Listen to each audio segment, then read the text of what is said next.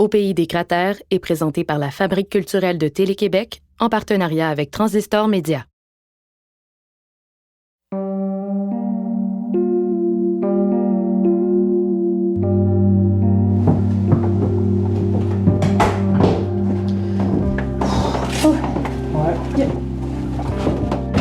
C'est un petit café.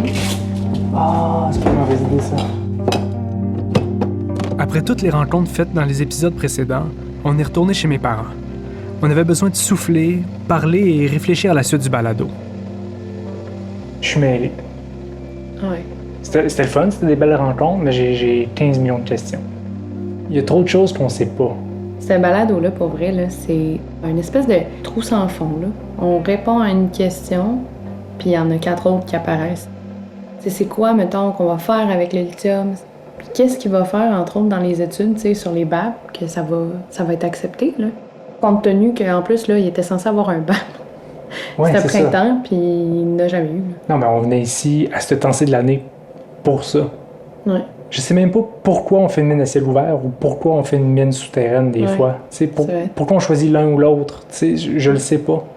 Puis aussi, la chose que pas mal tout le monde s'entend, c'est l'inquiétude sur l'impact sur l'eau. Là. Mm-hmm. Mais c'est quoi les risques de contamination? On n'est pas chimiste, là, toi puis moi. Là. Non, puis je sais que c'est arrivé que des mines ont contaminé de l'eau. Ouais. Mais en Abitibi, on a souvent eu soit des mines d'or, soit des mines de cuivre. Ouais. C'est pareil, les mines de lithium? On avait encore des angles morts qui nous empêchaient de se faire une opinion claire sur ce que ça représente pour l'Abitibi-Témiscamingue, puis le Québec en général, la course aux minéraux critiques et stratégiques.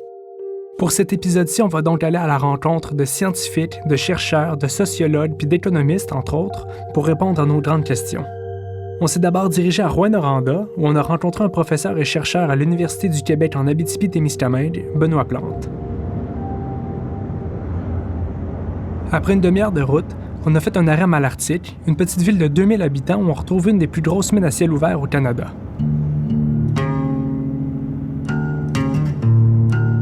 Un immense mur de pierre sépare le trou et les habitations, puis au sommet de ce mur-là, la compagnie qui a lancé la mine a fait construire un belvédère qui permet aux visiteurs de poser leurs yeux sur l'immensité de l'open pit. Je vais tourner ici pour aller au belvédère. Mais on va les monter le mur, puis on va les poser les yeux sur le trou. On voulait observer ça a l'air de quoi, une mine à ciel ouvert, comme on n'avait pas pu voir le trou de la mine de lithium à la corne. Aïe, aïe, aïe! Ok, ça a tellement grossi depuis la dernière fois que je suis venu. La dernière fois, on voyait le fond du trou. À chaque fois, j'oublie à quel point c'est vertigineux. Je vois des camions là-bas. Là, sont tout petits, mais je sais que les pneus sont comme 2 fois grands comme moi. Là. Avant que ce soit une mine, c'était une forêt, évidemment. Puis j'ai déjà joué dans cette forêt-là avec un de mes amis qui habitait à Malartic. Puis je pense que ce qui me frappe, c'est la couleur. Là. C'est gris, gris, gris. On dirait... je sais pas, on dirait pas que c'est un paysage terrestre.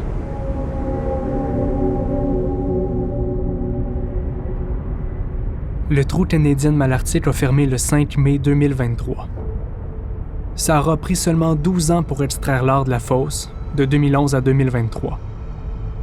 7 millions d'onces d'or plus tard, ce qui reste, c'est un open pit tellement profond que la tour Eiffel pourrait être posée dans le fond, sans même qu'elle dépasse le sommet des falaises de pierre.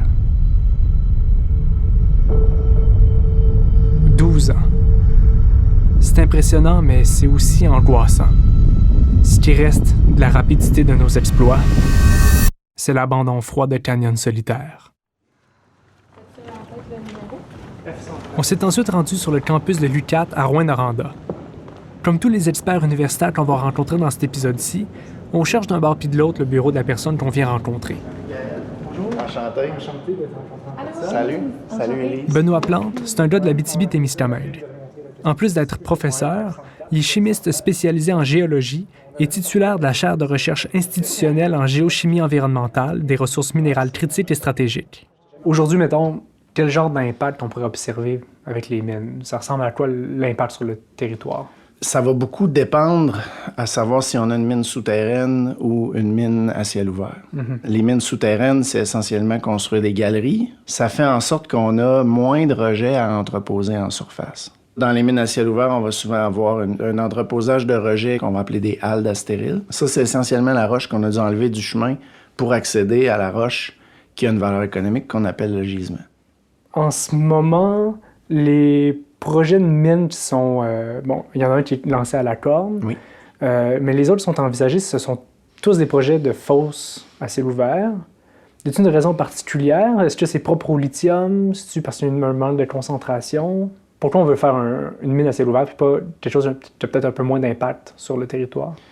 C'est sûr que c'est une question de rentabilité, c'est une question d'argent. C'est vraiment la rentabilité qui va motiver le choix. Bien sûr, okay. Oui. Mais la rentabilité, ça tient en compte du profit que tu vas faire avec le lithium que tu vas vendre. Ou on génère plus de minerais, on génère aussi plus de déchets qui vont être à gérer, qui sont à gérer, qui vont être à restaurer. Ça veut dire des coûts plus élevés de gestion de rejet. Fait que si ils jugent qu'à ciel ouvert, c'est plus rentable, c'est qu'ils ont tenu compte de tout ça. Okay. Et que malgré tout ça, ils réalisent que c'est à ciel ouvert qui est le plus rentable d'exploiter le gisement. À la fin de la vie d'une mine à ciel ouvert, par exemple, ce stérile-là, on ne peut pas le remettre dans la fosse? Ça vient avec un coût environnemental, ça aussi. Puis il faut comparer ce coût environnemental-là aussi avec l'option de laisser les stériles en surface. Quand on veut exploiter une mine à ciel ouvert, il faut pomper l'eau. À la fin de la vie de la mine, on laisse la nappe phréatique reprendre sa place et remplir la fosse. Quand on veut remettre des matériaux miniers, soit stériles, soit rejet de concentrateur dans la fosse, cette eau-là pourrait aussi se faire contaminer par la roche qu'on va mettre dedans. Donc, il faut étudier l'hydrogéologie de l'environnement autour pour savoir si jamais l'eau se contaminait, quel est le risque que cette eau-là crée un panache de contamination. Mais c'est quel genre de risque qu'on pourrait observer si on laisse les rejets en surface, qu'on ne les touche pas? Il y a une famille de minéraux qui contient du soufre, qu'on appelle les minéraux sulfureux. Et eux, ils ont la propriété de s'oxyder au contact de l'eau et de l'oxygène de l'atmosphère. Et l'oxydation génère de l'acide. On appelle ce phénomène-là du drainage mini-acide. Et ça, c'est un problème qu'on peut observer si on laisse les matériaux entreposés en surface. Au Québec, on a le guide de restauration qui nous exige, dans la restauration, de remettre le site dans ce qu'on appelle un état acceptable. Comment on a défini l'acceptabilité? Le guide de restauration est volontairement flou sur la remise en état acceptable. Ça en revient un peu au problème de l'acceptabilité sociale qu'on a abordé dans l'épisode précédent. C'est volontairement flou parce qu'on veut analyser et étudier les projets dans leur ensemble au cas par cas. Comme il y a des embûches différentes pour chaque projet de mine, on souhaite prendre le temps de comprendre chacune des situations avant de prendre une décision. Mais ça veut dire aussi qu'il n'y a pas toujours des paramètres clairs pour savoir si un projet passe ou pas. Une chose que Benoît m'a dite, par contre, c'est que maintenant, au moins, les entreprises minières doivent déposer une certaine somme au début de l'exploitation pour s'assurer qu'à la fin des activités d'une mine, il y a un fonds disponible pour la restauration du site. Ce qui arrivait souvent, avant, c'est que les compagnies pouvaient faire faillite, quitter les municipalités adjacentes sans restaurer le site d'exploitation. La nouvelle mesure a été instaurée en 2012 dans une modification de la loi sur les mines. Techniquement, la gestion des sites miniers abandonnés devrait donc plus se faire aux frais des contribuables québécois. Mais là, je me demandais, c'était quoi les risques environnementaux qui sont propres aux mines de lithium? Jusqu'à maintenant, je ne pense pas qu'on a trouvé de mine de lithium, de pegmatite à spodumène potentiellement génératrice d'acide. OK.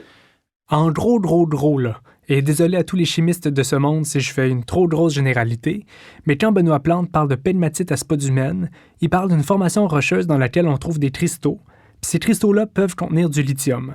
C'est ce genre de gisement-là qu'on trouve et qu'on souhaite exploiter en Abitibi-Témiscamingue. Les contaminants potentiels, ça peut être toutes sortes d'autres métaux qu'on trouve dans ces roches-là. Il y a des pegmatites à spodumène qui vont contenir des concentrations en uranium-thorium qui peuvent faire en sorte qu'il va y avoir des enjeux d'uranium-thorium à traiter dans les eaux de drainage. Puis il y en a d'autres qui vont en contenir très peu. Mais je dis uranium-thorium, mais c'est vrai pour le fluorure, niobium tantal, etc.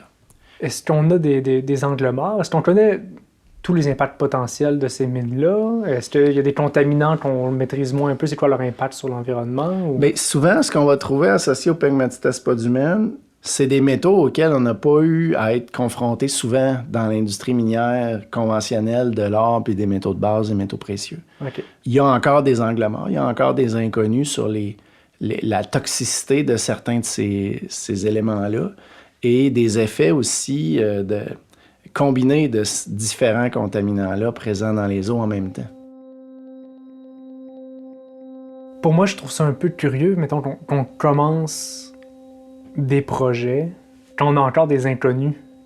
Au Québec, on a quand même des mécanismes qui nous permettent de fonctionner, malgré qu'on n'ait pas nécessairement connaissance de tous les risques absolus. On a des mécanismes de surveillance qui nous permettent de vérifier si effectivement on a un impact sur l'environnement. Même si notre système n'est pas parfait, on a en place des mécanismes qui nous permettent d'avoir, disons, un risque acceptable. L'expertise qu'on a au Québec, avec le cadre législatif qu'on a, j'ai presque envie de dire qu'on a un peu une responsabilité de démontrer que c'est possible de le faire, de bien exploiter ces ressources-là. Parce que l'alternative, c'est quoi? C'est pas dans ma cour. C'est d'aller l'exploiter dans des endroits où il y a peut-être moins de surveillance. Ça veut pas dire de tout accepter les projets. Ça veut pas dire qu'ils vont tous être socialement acceptables. Puis ça veut pas dire qu'il faut absolument exploiter parce que c'est là puis qu'il y a une pièce à faire. Je veux dire, il faut, à un moment donné aussi, comme société, choisir combien de ces mines-là qu'on va être prêt à accepter chez nous, puis à quel prix. Mais je pense que de faire l'inverse puis de refuser tout développement, ça serait pas non plus acceptable dans l'optique où on a ce qu'il faut ici pour bien le faire. Au cours des entrevues dans le balado, ça m'est souvent arrivé d'entendre parler de nos normes qui seraient parmi les plus strictes au monde. À quelque part, c'est rassurant, ça voudrait dire qu'on laisse pas les compagnies privées faire ce qu'elles veulent avec les ressources puis le territoire. Mais quand j'en ai parlé avec Rodrigue Turgeon, le discours était un peu différent. On entend beaucoup l'industrie dire ça et le gouvernement se vanter qu'au Québec, on a parmi les normes les plus contraignantes. D'avoir des normes contraignantes, ça ne veut pas nécessairement dire qu'on les applique, qu'on les fait appliquer. Le Québec, c'est un fait, c'est démontré par une demande d'accès à l'information. Depuis les 10 dernières années au Québec, au niveau provincial, il y a eu une infraction aux 4 jours en moyenne depuis 10 ans. Des normes environnementales. À première vue, la réponse à ça, c'est de dire « Viendrez nous parler du caractère contraignant des normes québécoises quand vous serez en mesure de les faire appliquer. » On est dans un régime d'autorégulation. Dites-vous bien que ce qu'on a comme portrait réel des impacts sur l'environnement, c'est ce que les compagnies veulent bien nous dire. Il n'y a pas d'inspecteurs environnementaux qui vont constater ces infractions-là. C'est les compagnies elles-mêmes qui vont s'auto-dénoncer. Il reste que certaines normes, oui, qui sont dispersées dans différents autres appareils normatifs, mais l'industrie contrevient à ces normes-là à tous les 4 jours, en moyenne depuis 10 ans. C'est difficile après, une fois qu'il y a un accident puis qu'il n'y a pas eu d'intervention locale, d'inspecteurs indépendants sur place, pour vraiment pouvoir documenter comment se sont produits ces accidents-là. Et on est dans un régime complaisant parce que pour ces infractions 4 jours, le gouvernement du Québec va intenter des poursuites pénales dans seulement une infraction sur 10. Et les sanctions en bout de ligne sont dérisoires pour des entreprises qui génèrent certaines des milliards de profits. On leur demande à peine quelques milliers de dollars. Là. Il y a des sanctions, peu importe la nature, à seulement 10% des accidents. Le 90% du reste, qu'est-ce qui se passe? Il y a un problème, puis... C'est ça, c'est la complaisance. L'État va décider de ne pas sévir.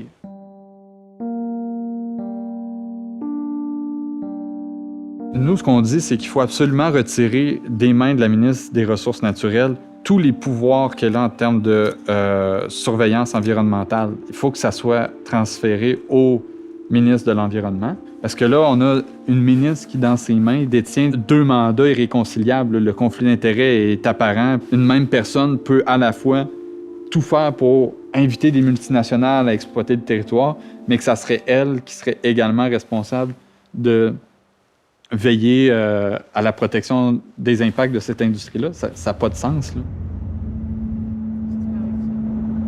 Quand on mentionne les conséquences de l'activité de l'industrie minière sur le territoire, on pense rapidement à la qualité de l'eau et à la déforestation. mais je me demande si on prend en compte aussi la question de la biodiversité. Des animaux ou des plantes qui disparaissent tranquillement, c'est moins frappant qu'un lac orange et acide, mettons. Pour avoir une meilleure idée de l'état de la biodiversité en Abitibi-Témiscamingue, on a passé un après-midi avec Henri Jacob, qu'on a entendu plus tôt dans l'épisode 3.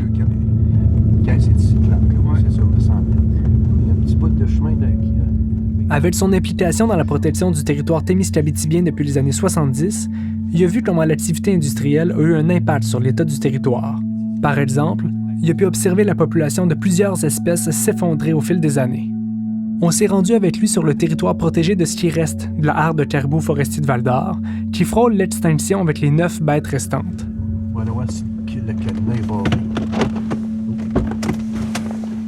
Quand on est arrivé à l'entrée de la zone de protection, la barrière était fermée pour bloquer l'accès aux intrus et s'assurer que les caribous restent en sécurité. L'enclos qui entoure la harde a été installé par le ministère de l'Environnement pour protéger les caribous des prédateurs qui les menacent, surtout des loups. Cette mesure est contestée par plusieurs biologistes et communautés Anishinaabe de la région qui la trouvent insuffisante. Ils dénoncent le fait qu'il n'y a toujours pas de plan adéquat sur le long terme pour sauver l'espèce. Fait qu'on s'est installé là, les 2 pieds dans la neige devant une pancarte de caribou pour jaser.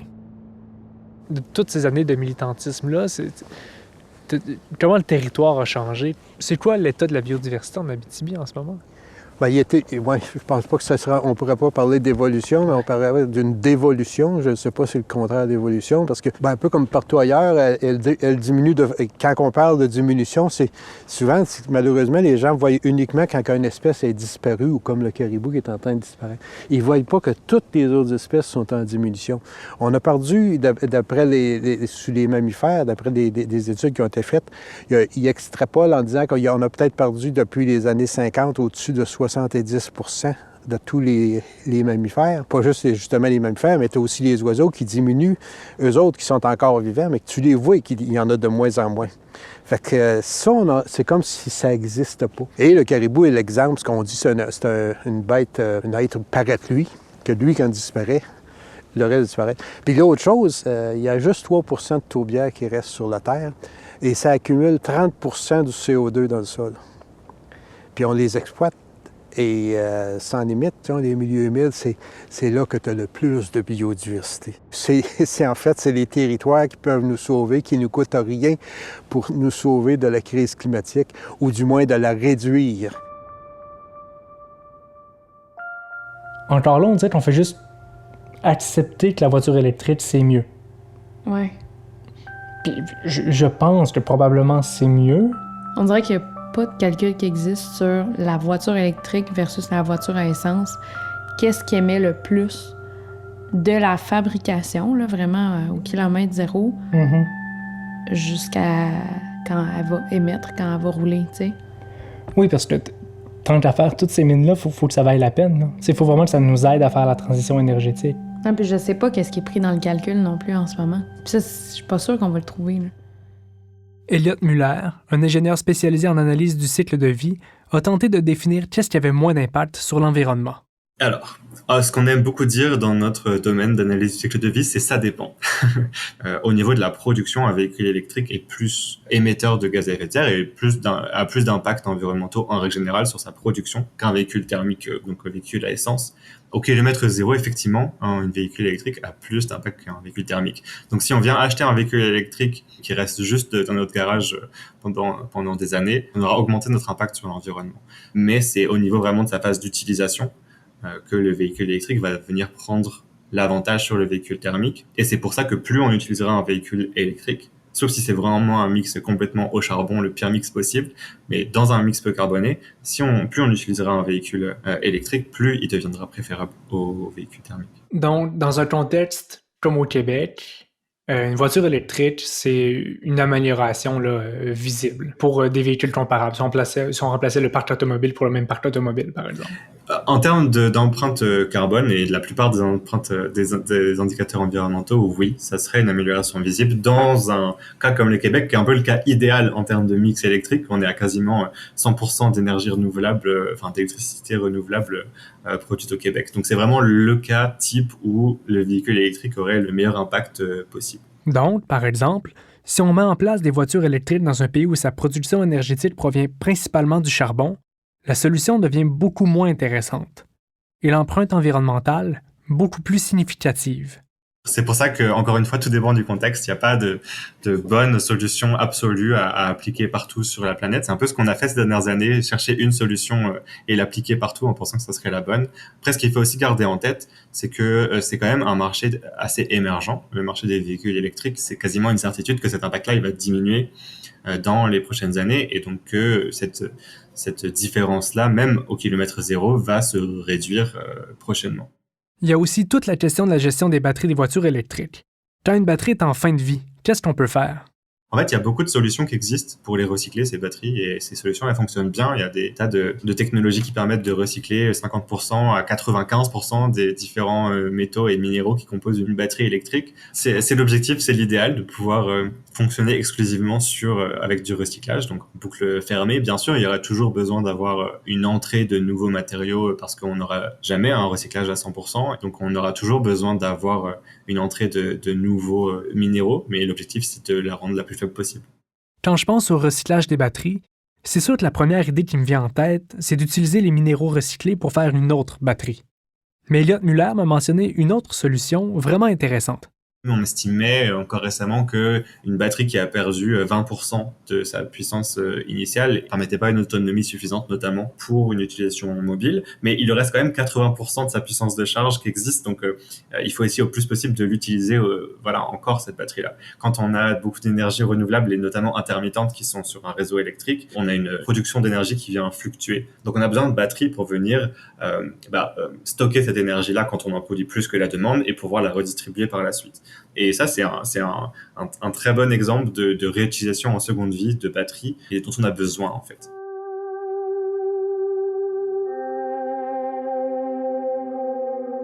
Puis là, dernièrement, en plus, on entend de plus en plus parler, de est-ce qu'on a la capacité électrique d'alimenter toutes ces voitures électriques-là? Si on se dit 2 millions de nouvelles voitures électriques sur la route, c'est quand même beaucoup, là. Des fois, je pense à l'hiver, dans les heures de pointe, quand on doit réduire notre consommation d'électricité. Si on se met à tout plugger nos chars à 5 heures en revenant du bureau, je sais pas si on va t'en s'aider, là. Faut-tu construire des nouvelles infrastructures avec ça, des nouveaux barrages? Puis le but de la transition énergétique aussi, c'est qu'on puisse garder du territoire, puis qu'on puisse en profiter. Ouais, puis c'est aussi des pans de forêts qui disparaissent encore. Cette fois-ci, c'est dans les corridors de l'école polytechnique qu'on s'est perdu pour aller rencontrer Normand Mousseau, un expert renommé sur la question des ressources énergétiques et naturelles. Il est professeur de physique et directeur scientifique de l'Institut Trottier à Polytechnique Montréal, et il est connu pour avoir été l'auteur de plusieurs publications sur les enjeux énergétiques du Québec, comme Maîtriser notre avenir énergétique, le rapport Lanoux-Mousseau, qui a été commandé par la Commission sur les enjeux énergétiques du Québec. Mettons que j'avais quand même un petit stress en cognant à sa porte. Hydro-Québec, il y a beaucoup de questionnements sur sa capacité à fournir la puissance pour combler les besoins des voitures électriques et de l'électrification. Est-ce qu'on a vraiment un plan pour ça? Est-ce qu'on est sûr que ça va fonctionner? Pour moi, j'ai pas de doute qu'on peut se construire les infrastructures pour le faire, mais il faut le faire, il faut le planifier, et on peut réduire la pression sur le réseau en réduisant ou en contrôlant le nombre des véhicules, puis en demandant des véhicules plus petits. Ouais, c'est sûr que si on commence à remplacer 2 millions de voitures par des Hummer électriques, on ne sera pas sorti du bois. Et c'est pour ça que c'est des vases communicants. Donc, toute transformation qu'on fait d'un côté a un impact sur l'autre, et on doit être capable d'avoir une vision intégrée pour décider qu'est-ce qu'on veut faire. Peut-être qu'on dit, bon, on est prêt. On va juste payer plus cher notre réseau électrique, on va construire beaucoup plus pour répondre à cette demande-là, ou on va mettre en place des façons de contrôler. Si on laisse la tendance actuelle, à la pointe hivernale, c'est 2 gigawatts de plus de puissance, donc 5 % de plus de puissance qu'Hydro-Québec devra fournir, que si on contrôlait le parc automobile un petit peu. Là. C'est ça qu'on disait. Et ça, c'est la manière, on est généreux dans le 2, ça pourrait être plus que 2. Donc c'est très important, ce coût-là. Puis être capable de répondre à cette demande-là, c'est les nouvelles lignes électriques, les nouvelles puissances pour quelques heures par année. Là. Mais des nouvelles infrastructures gigantesques comme ça, pour quelques heures de pointe par année, c'est-tu vraiment ça qu'on veut? On commence à comprendre que l'impact de nos barrages hydroélectriques sur le territoire, ça aussi c'est énorme. Est-ce que ce serait pris dans le calcul d'impact sur une voiture électrique au final? Dans le sens de, quand on élabore un plan de transition, est-ce qu'on pense à l'impact environnemental, de l'étape de l'extraction, à la production, à l'alimentation et au recyclage? Puis si on essayait, comme Normand Mousseau le disait, de réduire le parc automobile, de limiter le nombre ou la grosseur de véhicules, est-ce qu'on a pensé à ça dans notre plan de transition? Une autre affaire que je comprends pas, c'est toute l'histoire des claims. Ah oui, ça, là. C'est de tout ce territoire-là en Abitibi-Témiscamingue qui est claimé. Je sais pas comment ça se peut qu'il y ait autant de territoires claimés. Puis c'est comme pas clair, parce que, tu sais, c'est sur des terres publiques, mais c'est le sous-sol qui appartient aux entreprises. Ouais. Ou à des particuliers. C'est parce que là, il y a des gens qui ont commencé à comprendre que ça menaçait leur propre terrain, là, fait qu'ils ont acheté leur propre terrain. Ils peuvent protéger leur terrain en l'achetant, là. C'est de la folie, là. Ouais. Moi, ce que je catch pas, c'est que, mettons, quand on en parle à nos amis qui sont pas d'ici, là, qui sont pas en Abitibi, personne ne sait c'est quoi un claim, là. Oh, moi, je le savais pas, là, avant de te connaître puis venir en Abitibi. Mais ça fait que ça nous passe un peu sous le nez, là. Mais là, j'ai l'impression que les gens commencent à en parler de plus en plus. Mais tu sais, concrètement, je sais pas comment on l'achète, je sais pas combien ça coûte, puis je sais pas c'est grand comment, là. Henri Jacob et Rodrigue Turgeon m'ont parlé du modèle des fameux claims miniers. Juste ici, présentement, en Abitibi, il y a 60 du territoire de l'Abitibi. J'exclus le Témiscamingue, mais 60 du territoire qui est sous claim minier, qui est sous jalonnement minier. Que quand un claim est là, tu peux pas proposer de terre protégée. Les municipalités ou les gens qui veulent faire du développement, ils pensent à 2 fois parce qu'il y a toujours cette épée de Damoclès-là. Dans notre jargon, on dit il y a la loi des hommes, au-dessus, il y a la loi de Dieu, puis au-dessus de ça, il y a la loi des mines. Cette loi-là, qui est une loi archaïque, là, qui finalement remonte avant même le Québec. Ça, on était au Bas-Canada, en 1856. Ça n'a pas été révisé depuis ce temps-là? Le principe du claim minier n'a pas changé. C'est un principe de premier arrivé, premier servi. L'idée de la loi sur les mines puis du claim, initialement, c'était de régler les conflits entre les prospecteurs. On est, depuis 1856, dans le même régime.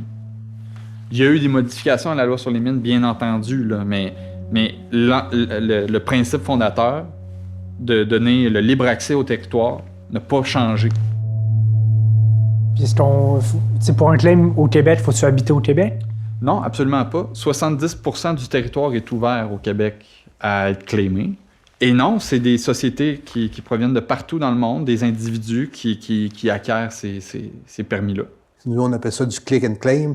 C'est un programme au gouvernement que tu t'envoies, le ministère des Ressources naturelles, c'est Gestim. Puis là, tu dis, moi, ce territoire-là, il n'est pas claimé, je veux avoir ce territoire-là. Puis, OK, ça te coûte 70$, voici ton claim. 70$. À peu près. J'en revenais pas. 70$ pour un claim minier, en ligne? Ça me donnait envie de le tester moi-même sur le site de Gestim, le système de gestion des claims miniers opéré par le ministère des Ressources naturelles et des Forêts. HT Claim Québec. Titre d'exploration, ministère des Ressources naturelles. Je clique premier lien. Donc là, on est sur le site de Gestim. Moi, je vais aller dans le formulaire électronique, puis je vais aller sur avis de désignation. Avis. Sélection titulaire. Ça va être moi. Sélection par carte. On a une belle carte du Québec. Ça charge. Juste dans les 60 derniers jours, c'est à peu près la superficie de à peu près 20 fois la ville de Val-d'Or qui a été claimée. Tout autour du parc Guebel, au sud de Val-d'Or. Là. Ça, c'est juste au sud du territoire du Caribou. Ça, c'est dans juste les derniers 60 jours. J'ai ici la réserve écologique des caribous de Jourdan, activité minière, exploration interdite, 1994. Si je vais juste au nord de la réserve, là, coller dessus, je clique dessus. Titre de territoire, c'est un aménagement de l'habitat du caribou forestier. Activité minière, l'exploration est permise. En fait, je pourrais acheter un claim là, sur un aménagement de l'habitat du caribou forestier. OK. Superficie en hectares, c'est 57,85. Confirmé. Êtes-vous certain de vouloir confirmer votre sélection? Oui. Droit d'inscription pour un claim, 73,25. Aucune taxe, pas de frais, total 73,25. Paiement en ligne. Carte de crédit payée, c'est terminé. J'ai un claim sur une aire d'aménagement du territoire du caribou forestier. Mais là, on va pas procéder au paiement, on voulait simplement voir comment ça fonctionnait. N'importe qui peut faire ça partout sur la planète. Là. Il peut arriver, faire comment? Il y a des caribous là, je t'achète un clé. Tu vas dans un formulaire, tu fais une soumission, tu regardes la carte, tu choisis ton terrain, puis c'est fait.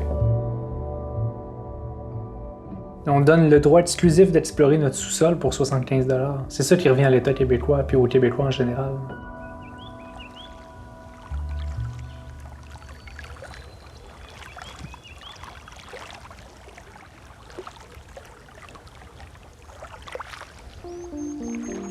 Communiqué de presse du ministère des Ressources naturelles et des Forêts, le 17 février 2023.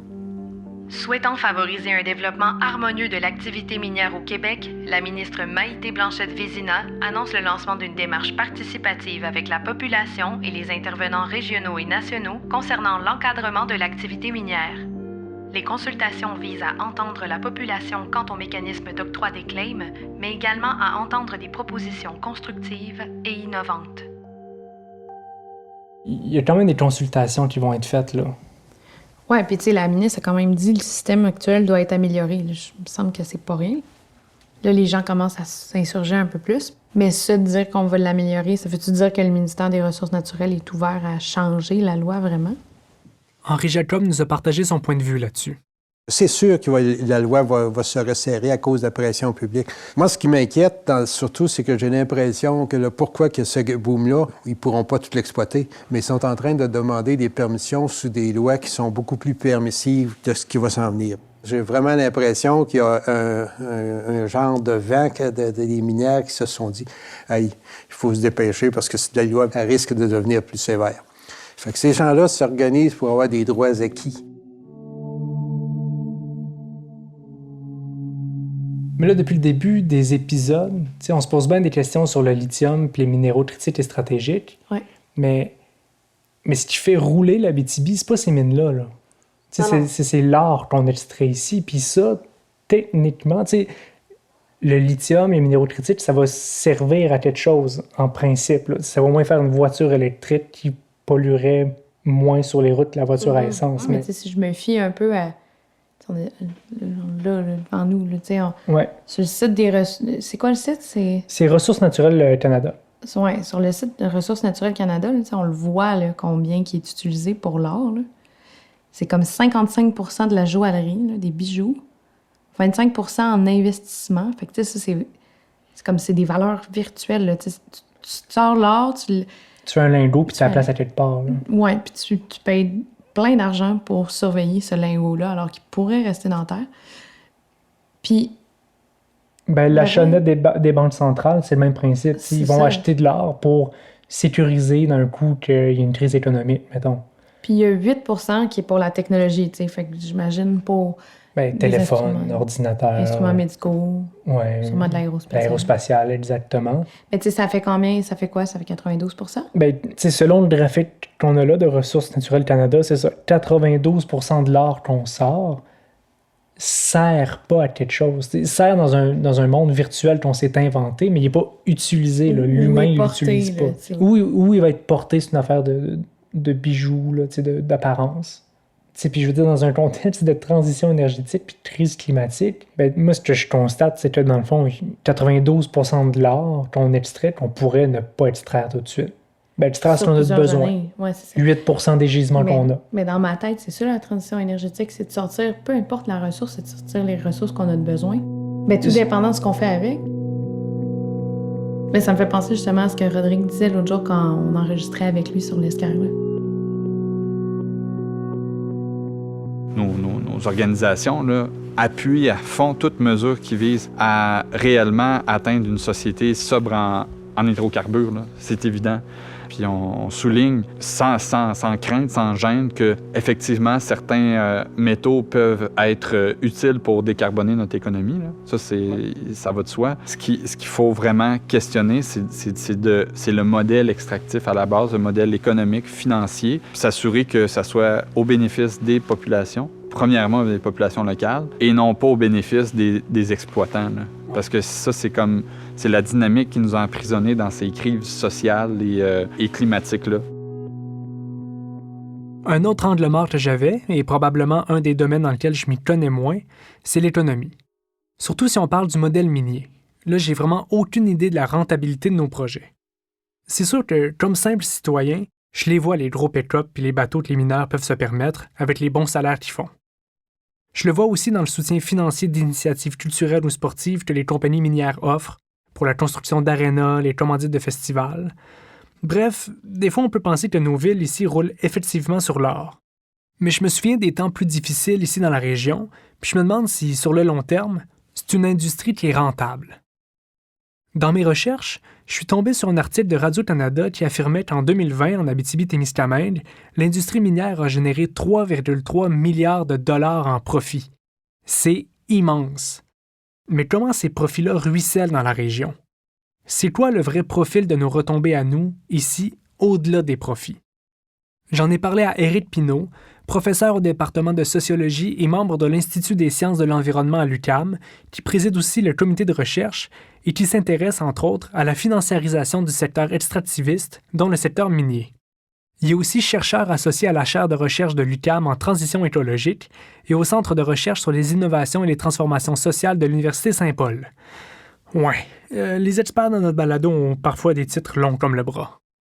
Les retombées économiques du secteur minier au Québec, c'est quoi les retombées économiques de ce secteur-là? Pas mal la même réalité partout au Canada. Ce qu'on a tendance à faire, c'est qu'on a tendance à laisser les propriétaires des mines partir avec la rente. On a des régimes de redevances qui sont très généreux envers l'entreprise privée. L'État en garde peu. Les communautés locales ont pas accès à cette rente-là directement, c'est-à-dire qu'il y a peu de réinvestissement, finalement, des redevances dans les communautés locales. Souvent, c'est l'État même qui se ramasse à gérer les mines qui ont été abandonnées, les mines qui sont fermées, quand une mine fait faillite ou quand une mine ferme, puis les emplois sont perdus. Donc, tout cet aspect de coût associé au secteur minier est assumé publiquement. Et là où, par contre, il y a une capture de la rente, c'est au niveau des salaires. Quand on regarde la structure des salaires dans le secteur extractif, puis en particulier dans le secteur minier, on voit que ceux qui sont dans les mines, les salaires sont très élevés. Là, on va évoquer toutes sortes la dangerosité du travail, le fait que donc il faut rémunérer ça. Il y a un certain savoir-faire, il y a des habiletés qui se développent en travaillant dans une mine, donc on rémunère ça. Ça a une valeur, tout ça, puis ça justifie peut-être une partie des salaires élevés, mais en fait, une grande partie de ce qui explique les salaires élevés, c'est une capture de la rente par les salaires. Donc, les salaires sont très élevés pour ceux qui travaillent dans les mines, mais les membres des communautés minières qui, eux, travaillent pour les gens qui travaillent dans les mines, soit à leur faire à manger, à leur vendre de l'épicerie, à leur servir une bière, à leur vendre du bois pour qu'ils puissent faire des rénovations chez eux, mais ces gens-là ont des salaires qui sont beaucoup plus bas. Donc, il y a vraiment et donc une mine va engendrer dans une communauté une disparité salariale extrêmement importante.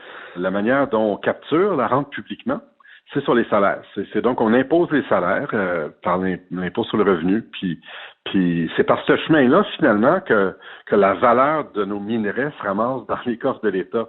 Ce qui est un peu curieux. On laisse les entreprises partir avec leurs profits, puis c'est les travailleurs, eux, qui payent beaucoup d'impôts, qui se ramassent finalement par ce détour-là à payer à l'État la valeur du minerai qu'on extrait. On voit souvent dans les projets miniers, par exemple, le gouvernement du Québec va subventionner le lancement du projet, la construction des infrastructures. Mais moi, je me demande, est-ce que le retour économique au Québec il surpasse le coût d'investissement? On va y aller avec la logique. Pourquoi le gouvernement fait ça? Il se dit, on va proposer ces investissements pour rendre nos gisements plus attractifs. Là, il va y avoir beaucoup de travail. Hein. Il faut construire, il faut remblayer, déblayer, faire des routes. Tout ça engendre beaucoup d'activités économiques. Mais l'État pourrait aller chercher beaucoup plus en termes de retombées si on ponctionnait, si on s'appropriait la rente à travers les profits, mais on le fait pas. À long terme, on a les coûts les coûts environnementaux directs. La fonderie Horn, c'est un exemple. Donc, bref, c'est cette question-là des coûts est non négligeable. Quand on calcule de manière étroite la valeur économique, on peut se dire, ah oui, dans le fond, on a investi 5 milliards sur le projet, mais sur les 20 ans d'existence du projet, en termes de redevances, d'impôts, puis de taxes, on va recevoir plus. Mais quand on intègre tous les autres coûts, que l'État va devoir assumer et rattacher au projet, bien souvent, le bilan est négatif. Le vieux modèle minier, c'était on extrait, on met ça sur un bateau, puis on vend ça à qui le veut. Là, il faut trouver des matériaux critiques sur notre territoire pour des solutions de mobilité électrique. C'est vraiment une nouvelle équation. Cette nouvelle équation-là, en tant que telle, est-ce que c'est une bonne idée? Moi, je suis vraiment mitigé. Il y a plus de chars qui naissent par année au Québec que d'êtres humains. Il faudrait extraire chez nous pour nos besoins, mais en même temps, le niveau d'extraction qu'on aurait besoin de faire pour un scénario de business as usual, comme on dit dans le jargon, donc ça marche pas, là. On va éventrer le Québec, là, puis ça serait ridicule de faire ça. Donc, c'est ça. Localiser l'extraction, bonne idée, mais revoir le modèle de consommation. Je pense que oui, c'est ça. Le secteur minier, c'est un secteur qui connaît des cycles importants. Donc, c'est un cycle qui a des booms et qui a des crashs. Et boom et crash, c'est relié à un fait.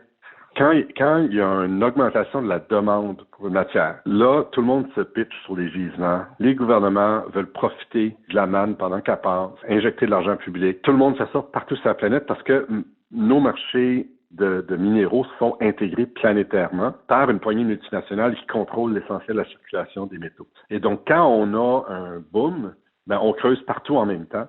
Puis en creusant partout en même temps, l'effet bête, c'est qu'on se ramasse avec trop de mines par rapport à la demande mondiale. Alors, les prix s'effondrent. Les mines les moins rentables, ou pour toutes sortes de raisons, celles que les gouvernements décident de ne pas soutenir, pour une raison X, Y ou Z, c'est celles qui vont fermer. Et donc, ça crée un développement en dents de scie. Si on ramène ça au Québec et à l'Abitibi, on est peut-être en train d'investir puis d'aider les entreprises à développer des projets miniers, mais qui, dans quelques années, pourraient soit fermer par manque de rentabilité ou fonctionner à bas régime, puis exactement. Pas offrir. Généralement, est-ce que le Québec est bien protégé contre cette fluctuation économique-là? Non. La seule manière d'éviter ça, là, c'est la transformation. Quand tu transformes ce que tu extrais, tu échappes à cette logique-là. Parce que là, t'arrimes les deux. Là. Tu branches l'un sur l'autre. Et là, tu as tendance à aligner ton régime extractif sur ton régime productif. Au Québec, traditionnellement, on n'a pas investi dans la transformation, on a surtout investi dans l'extraction.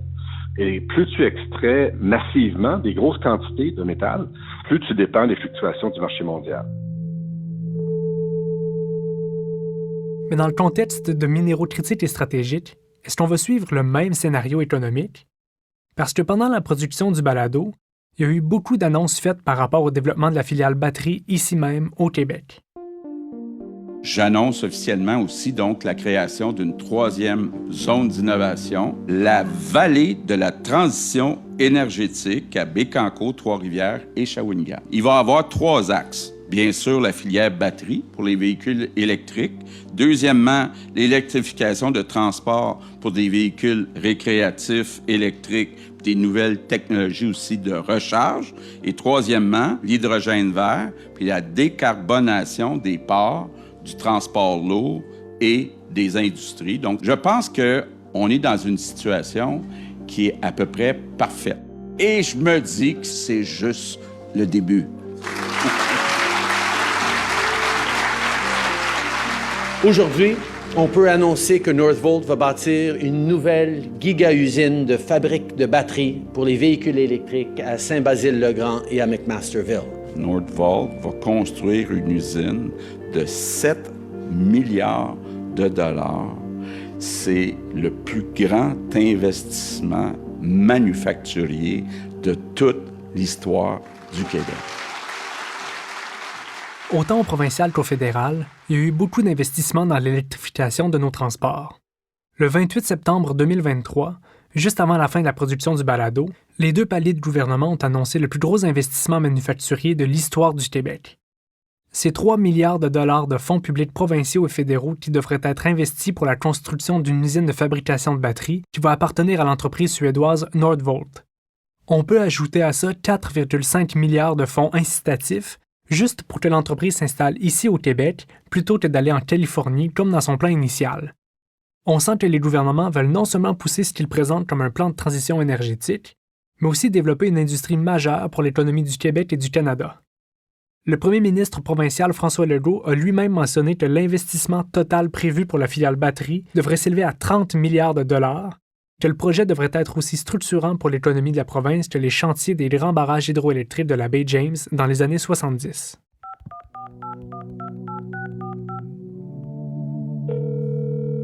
J'ai appelé François Delorme, chargé de cours au département de sciences économiques de l'Université de Sherbrooke et également à l'École des sciences de la gestion à l'UQAM. Il a aussi été économiste en chef à Industrie Canada et haut fonctionnaire pendant une vingtaine d'années. C'est aussi un ex-collaborateur au GIEC et l'un des fondateurs du Pacte pour la transition. Oui, allô? Bonjour, est-ce que vous m'entendez? Oui, je vous entends. Oui, bonjour, c'est Gaël Pourrier, vous allez bien? François n'était pas convaincu de la manière choisie par la CAQ d'opérer cette transition énergétique. C'est pas un réel plan de transition. Là, il y a deux écoles de pensée en économie de l'environnement. La première est de dire que on peut continuer à faire ce qu'on veut en étant plus efficace. Et ce plan-là correspond à cette école de pensée-là. On va continuer, il faut chercher, il faut satisfaire la demande. Moi, je fais plutôt partie de l'école de pensée qui dit que la solution n'est pas de chercher toujours plus des minéraux critiques ou du pétrole ou quoi que ce soit, mais il faut moins consommer. Même son de cloche de la part de Normand Mousseau, avec qui j'avais parlé plus tôt. L'approche du gouvernement actuellement, c'est une approche très technologique, où on imagine qu'en multipliant des investissements ou en multipliant des actions technologiques, sans intégration, sans stratégie, magiquement, on va décarboner notre société.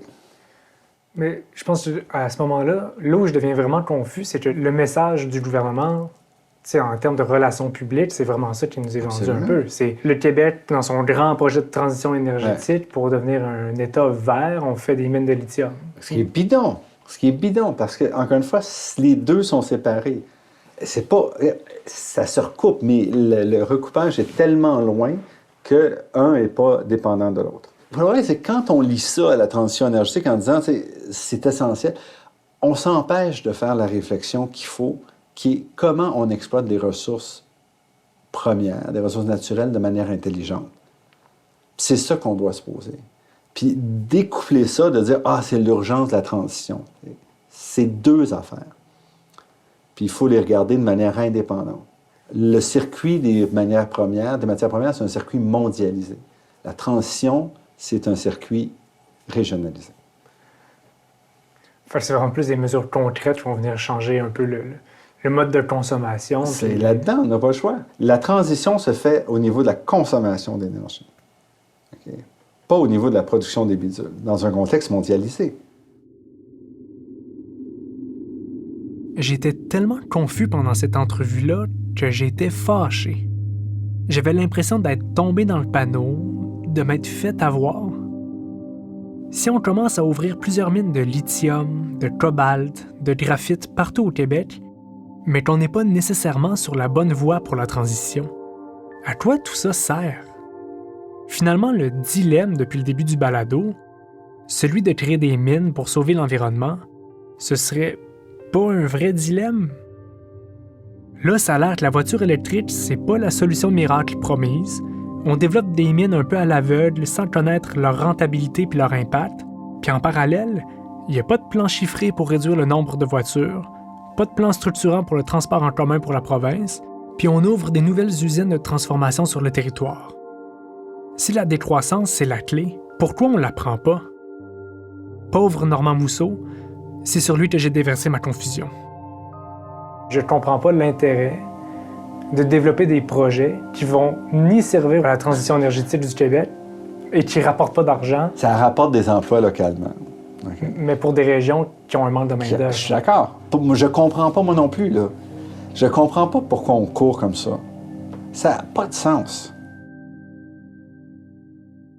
On a toujours été dans une dynamique plus c'est mieux. Plus de croissance, plus de revenus, plus de consommation, plus de publicité qui nous amène à surconsommer encore.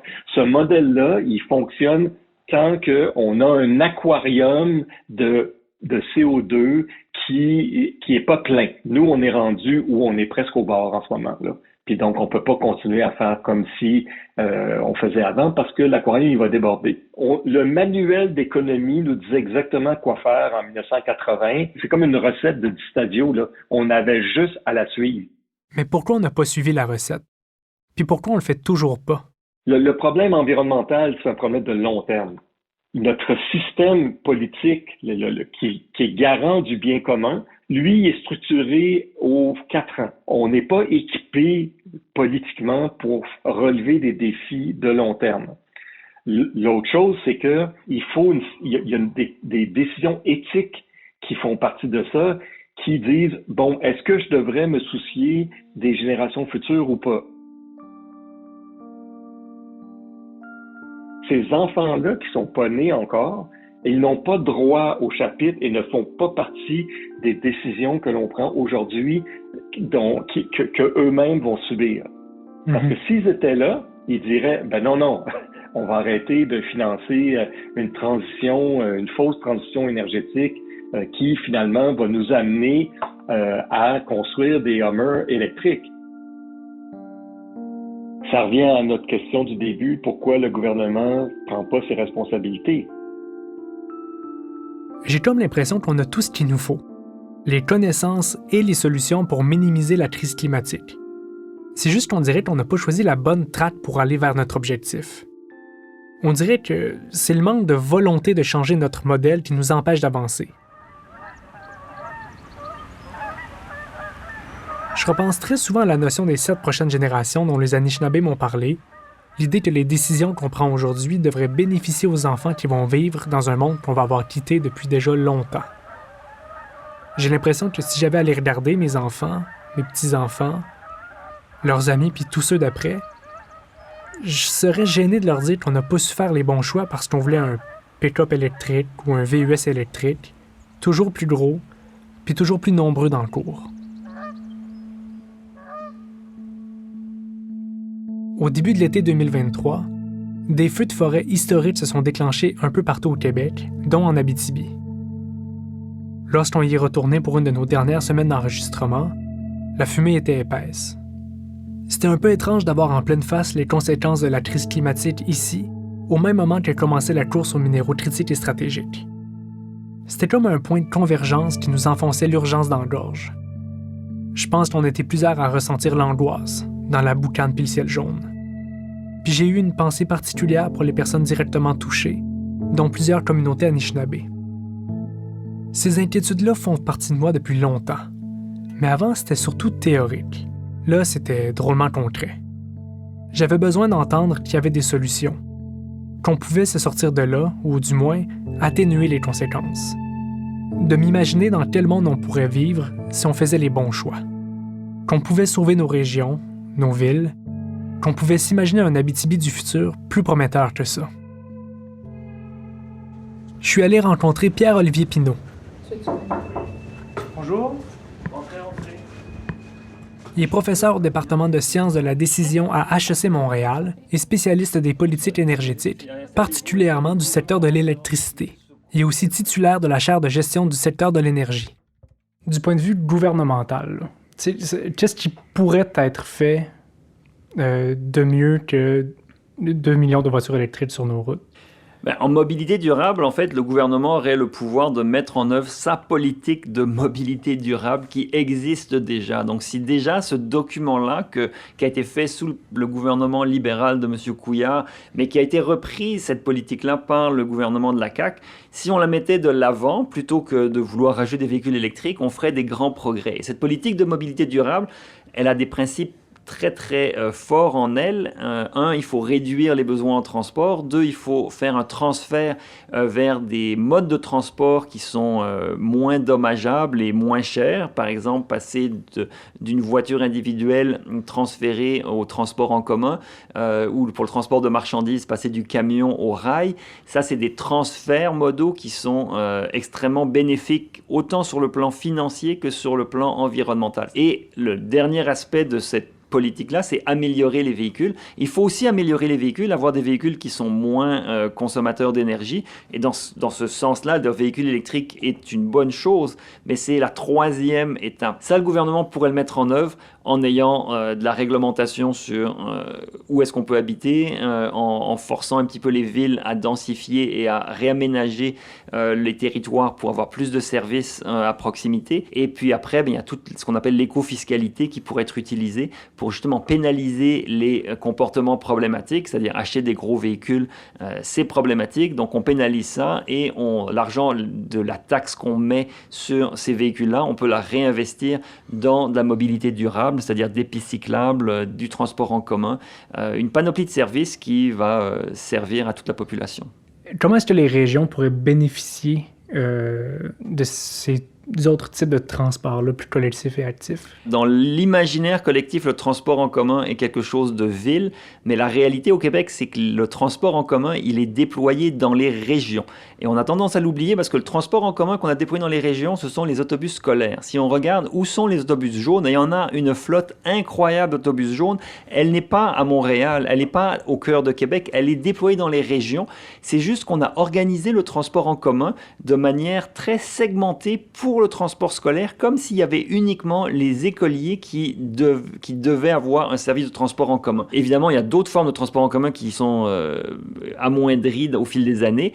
Et ça, c'est parce qu'il y a tellement de voitures sur les routes que les gens ne prennent plus l'autobus entre les villes. Et là, il faudrait mettre des politiques pour justement refavoriser le transport interurbain par autobus, par train. Favoriser le covoiturage, et ça avec des applications modernes sur les téléphones portables. Il y a une panoplie d'applications qui existent pour essayer de faire de l'appariement là, de passagers avec des conducteurs, et ça devrait être encouragé. Et ça ne demande pas de financement important, ça demande juste de mettre certaines contraintes pour décourager les gens à faire de l'auto-solo et encourager les gens à chercher des places libres dans des véhicules existants, de manière à justement développer une sorte de transport collectif, mais sans que ça passe par des nouvelles infrastructures de transport collectif. On économiserait de l'argent, ceux qui resteraient dans leur voiture avec 1 ou 2 passagers de plus pourraient mieux rentabiliser leur véhicule, et ça permettrait à des gens de se débarrasser de l'impression qu'ils ont une obligation d'avoir un véhicule personnel à eux. Donc, en ce moment, si on suit le plan actuel, est-ce que vous pensez que c'est une bonne idée de faire des mines à ciel ouvert de lithium pour ce plan-là? Non, c'est-à-dire le plan actuel n'est pas une bonne idée. Il ne faut pas simplement prévoir un plan de développement minier basé sur notre stratégie actuelle. Il faut quand même se dire que certaines mines vont pouvoir jouer un rôle et pourront être utiles. Donc c'est certain que dans le secteur minier, il faut aussi essayer de le faire de la manière la plus responsable, mais pas dire oui à tout en se basant sur la prémisse que ça va être forcément utile, parce que non, c'est pas forcément utile, ce développement des véhicules électriques. Au bout de toutes ces entrevues, ces rencontres et des notions quand même complexes par moments, ma tête bourdonnait. J'étais découragé aussi parce que je me rendais compte que c'était impossible d'avoir toutes les réponses, puis de savoir exactement comment me positionner dans le débat. Je me suis rendu chez ma grand-mère France un midi pour prendre un thé puis me bercer, jaser, arrêter un peu le temps puis prendre du recul.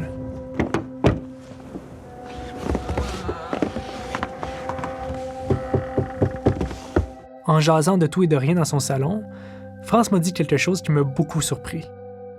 Avec son expérience et son regard sur la région qu'elle connaît depuis bien plus longtemps que moi, ça m'a frappé. Elle a peut-être pas des maîtrises puis des doctorats comme la plupart des experts que vous avez entendus dans cet épisode. Mais ce qu'elle m'a dit était simple, puis ça faisait tellement de sens. Tellement de bien aussi.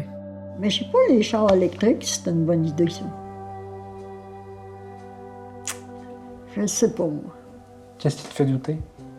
Moi, je me fais douter que ça fera peut-être pas de pollution, là, comme le gaz puis tout ça, mais pour faire l'électricité, ouais.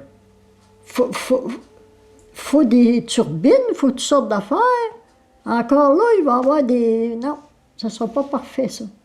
Le best, là, ce serait qu'on va faire du covoiturage, beaucoup, qu'on élimine des autos. Mm-hmm. Ben, je pense, moi, là. Que l'argent qu'ils mettent pour faire des chars électriques, des autos électriques, je trouve qu'ils devraient faire des transports en commun. Puis, comme nous autres ici, déjà, moi, quand j'étais jeune, là, on avait un autobus qui passait dans le rang, un autobus voyageur. Ah oui? Ben oui. Elle passait 3-4 fois là, dans le rang, là. Ben, tu descendais faire tes commissions, puis t'attendais. On a eu ça souvent à Val-d'Or-Amos aussi. Il n'y en a plus de ça. Comme moi, quand je suis arrivée à la Corne, je n'avais pas d'auto. Oh non, là, il va falloir que ça change, là. Il va falloir que ça change, le monde. Je ne sais pas comment ils vont faire, mais il va falloir que ça change. C'est rendu trop loin, là. Ouais. Est-ce que tu trouves qu'on va trop vite? Oui, ouais. Nous autres, les aînés, là, on a parti de beaucoup d'affaires qui n'existaient pas. Puis quasiment tout d'un coup, là, ça a tout arrivé, ça, là. Vois-tu, on vivait sans ça, puis on n'est pas mort. On a peut-être été trop loin, hein? Ah oui, trop vite.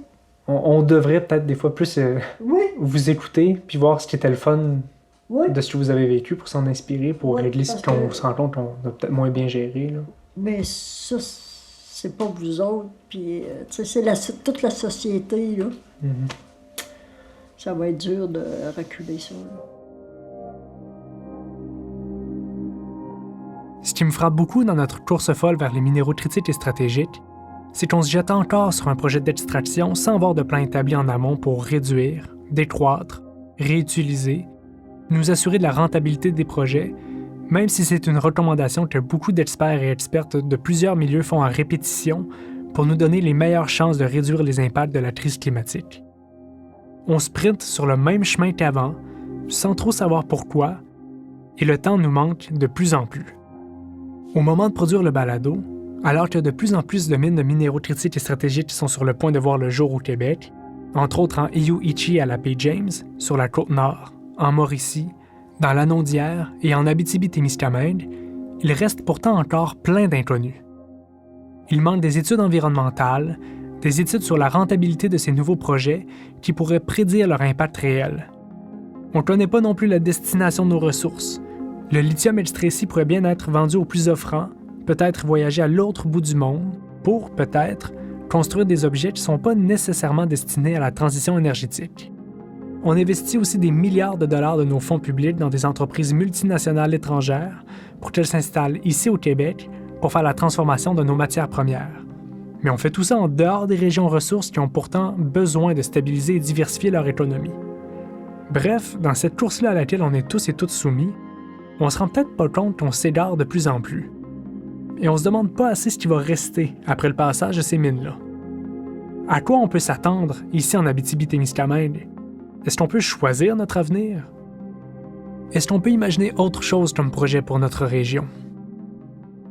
Dans le prochain épisode, je vais aller à la rencontre de gens impliqués sur le territoire qui se penchent sur ces grandes questions-là. Des gens qui osent rêver, qui s'inquiètent et qui préparent le futur en envisageant à la fois le meilleur et le pire.